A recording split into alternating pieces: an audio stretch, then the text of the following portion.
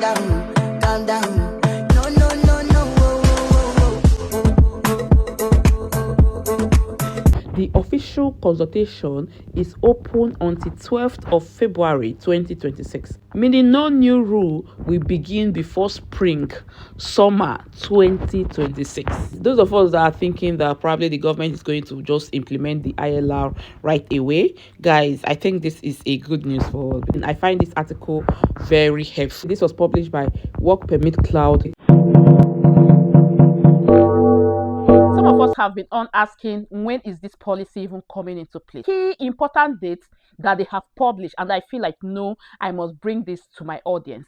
The very first one on the list is the 12th of February 2026.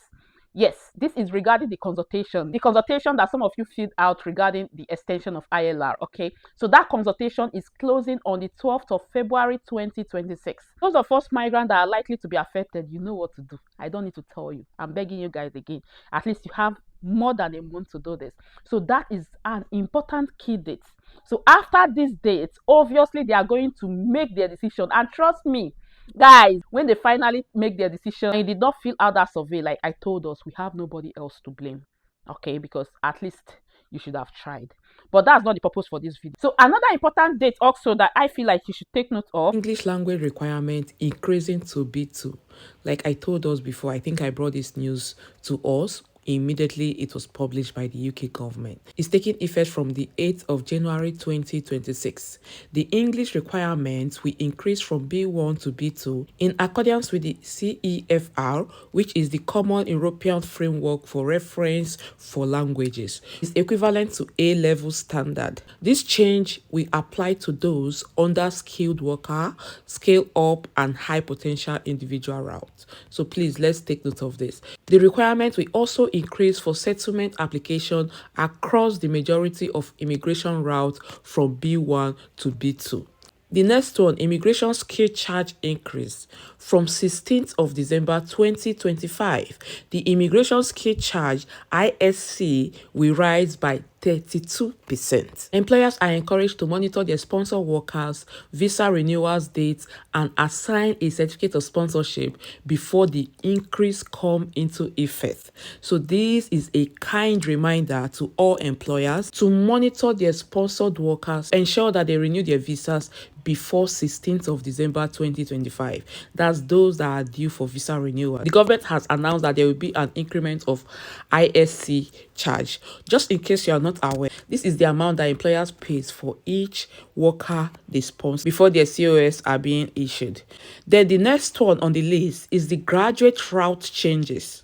Yes, I think I brought this to us also at the time that the government has announced reduce the graduate route visa from 2 years to 18 months, and this is taking effect from the 1st of January 2027. As you can see on the screen, for applications submitted on or after 1st of January 2027, the maximum period of leave under the graduate route will reduce from 2 years to a period of 18 months. There will be no reduction for PhD graduates. They can remain on their route for 3 years. For applications submitted on or after 1st January 2027, the maximum period of leave under the graduate route will reduce from 2 years to 18 months. There will be no reduction for PhD graduates who will continue to be eligible for a 3-year period of leave under this route. Then the next one is high potential individual route expansion. Good news for applicants. The list of qualifying international universities has increased from 50 to 100 institutions. A new annual cap of 8,000 applications will apply from 4th November 2025. Applicants are encouraged to plan ahead and submit early once the application window opens. Student transitioning to innovator founder route. The immigration rule will be amended to allow students to begin working on their business venture while transitioning to the innovator founder category. Visa requirement for Botswana nationals. Nationals of Botswana will require a visa to travel to the UK. There is a 6-week transitional arrangement for those with an electronic travel authorization (ETA) or have a flight booked prior to the changes. Just in case you are not aware, okay, for some European countries to have access to the United Kingdom, before now, some of these countries do not even need visa to enter the UK. All they have to do is just to get their tickets and then, book their flight, then travel to the United Kingdom. But I think sometime last year or 2 years ago, I actually brought the news to us at the time. The government introduced ETA, that's electronic travel authorization, which is not directly like a visa, but is an authorization that some of these countries will require to have before they have access to the United Kingdom. So now these nationals, which is Botswana, so now the government is saying that before nationals of this Botswana will have access to come to the United Kingdom, they will now require to have a proper visa.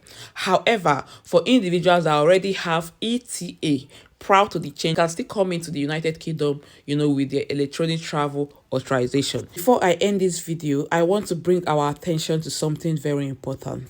Still another key date. As you can see on the screen, key takeaway: the government plans to replace the current 5-year ILR route with a new 10 to 30-year end settlement model based on character, integration, contribution, and residence. I've already explained this to us. Those of us that have been following me, you must have heard about this. Yeah, these are the important or the key notes that we need to take in from here. Okay, the official consultation is open until 12th of February 2026, meaning no new rule will begin before summer 2026.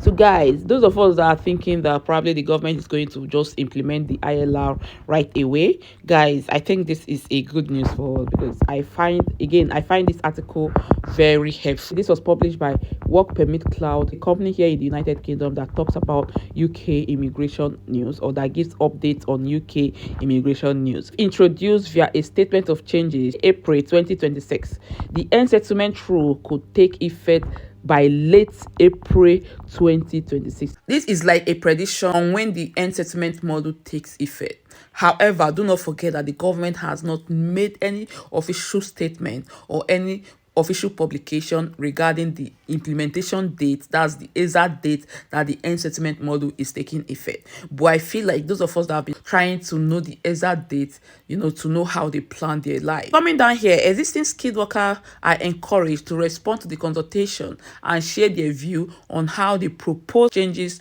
may affect them, including the importance of fair transitioning arrangement for those already in the United Kingdom. I think I've made several videos encouraging us to fill out that survey, that consultation. By now, if you're a skilled worker visa holder that is already in the United Kingdom and you have not yet filled out that survey, then I don't even know what to say. This is something that will directly affect you, and the government again have pushed this to us for us to tell them how we feel about the proposed changes. So if by now you have not done that, I think something is wrong. So this is another opportunity. This is another wake-up call. We still have between now and 12th of February 2026 to complete that survey. I will leave the link to the survey on the description box of this video, just in case you are interested. Kindly go there and fill that out. So guys, that is it. Thank you again for watching, and I remain blessing and Mozozo of Blessed Blessing channel. Thank you. I know you got all dressed up for the club.